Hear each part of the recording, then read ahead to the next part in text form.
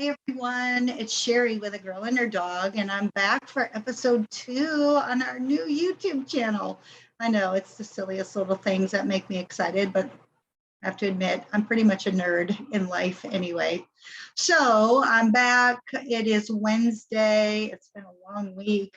I actually had to take a little self-care time for myself this week. Yesterday, I think I hit the wall. I'm a runner, and so we always hear about the wall with these long distance running events. I've never done a full marathon. I only am half crazy, they say, but I only do the half marathons. But I've heard that once you get to that point where you're just out of steam, it's done. You're just done. And I think that was me yesterday.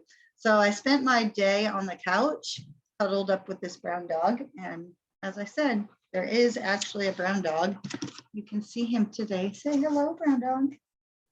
Say hello. Yeah, he's the love of my life, of course, besides my daughter, but I told you that already. But nonetheless, yesterday I was reflecting and I was just thinking about how hard it is this time of year in my job. And when I talk to people, I try to always step back and think about what others are going through. So education is hard right now, and that's what I do in the day. And it kind of leads me to what I do in the night or the evenings or the weekends, which is supporting women be strong and be their best selves. And when it's hard, because the world everywhere is hard, I always try to remind people to stop and think about their why. Why do we get up each day? Why do we choose the job we choose? Why do we choose the circle of friends that we choose? There's so many questions to be answered, these whys. I always like to go back to why when I'm having my most difficult days.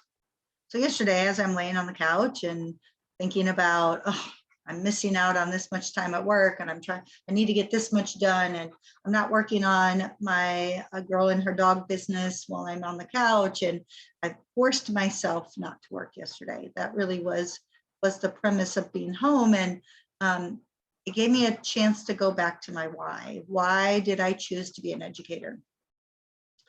And I had to really think about that for a minute because I'm tired, and we all get tired, right? And I always believe when you're tired, you should rest. I don't think you should quit. So I went back to my why and I thought, there is a purpose. I do it because, and I believe there's a story somewhere out there about a man walking along a beach with himself in the night, and he sees all of these starfish washed up on shore, and someone else comes along and they see this man and he's trying to throw these starfish back into the ocean. And the person says, "Sir, what are you doing?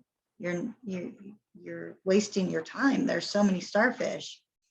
And he stops and he said, "Yes, but if I can save at least one, then it was worth it." And that's always been my story. If I could save at least one person, if I could make the day better for one person, if I could educate someone so that they could have a better life in the future, just one someone, that's all it takes, right? To have an impact on the world. So that's always been my why. I haven't done it to be able to win awards. I haven't done it to be the most popular. I haven't done it so that I could move from classroom into other leadership kinds of roles, but I did it so that I can always have an impact on someone. So when I talk with people throughout the day, whether it's at the school or it's in my personal life or people I meet through networking, and I hear them talk about having a difficult time, especially do this with my daughter, I always say, well, what's your why? Why did you get this started in this to begin with? And if they can't think about their why, of course, they've got work to do. And maybe this isn't their why anymore. Maybe this isn't their passion anymore. Maybe this isn't their direction anymore. But there's always got to be a purposeful why. Because in my opinion, if it's not strong enough, it's not going to keep you going on those hard days. You will want to quit rather than just rest. So as I've become an adult. I've grown up, right? Getting ready to turn 51 in a week, in a couple of days. I can't believe it. But I'm having all these changes in my life. And at one point I told somebody, I think I'm having a midlife crisis. That's what happens, right? And this person said to me, I think it's more of a reinvention. You're just trying to reinvent yourself to be what you want when you want, because life is short, and why not do all the things in life? So I step back, and I always have to have a reason to do everything. I'm just not one of those fly by the seat of your pants kind of girls. And going into this life coaching kind of area, I have to think about why did I want to make this change? Because I promise you, public education is not an easy task, but you get a consistent paycheck. You have insurance. There are always going to be kids to teach. You're always going to have a job, even through the pandemic when everything was online and remote. We still had jobs, you know, it's still there. And so making a big change is scary. And I think about, why did I do it? And I think my why is because if I can make one difference to someone, and that has a ripple effect, that pay it forward maybe, or it has some kind of effect on what happens in the world for that family, then it's all worth it. Then I've done what I set out to do. And again, it's not to win an award, and it's not to be famous, but it is to be able to help someone just be a little bit better. So today, my thinking with all of that rambling is, why do you do what you do? As a strong person on the inside, we need to think about that. Do you have a why? Do you have a passion for what you do every day? Maybe you're a stay-at-home mom, which is great. Why? Why are you a stay-at-home mom?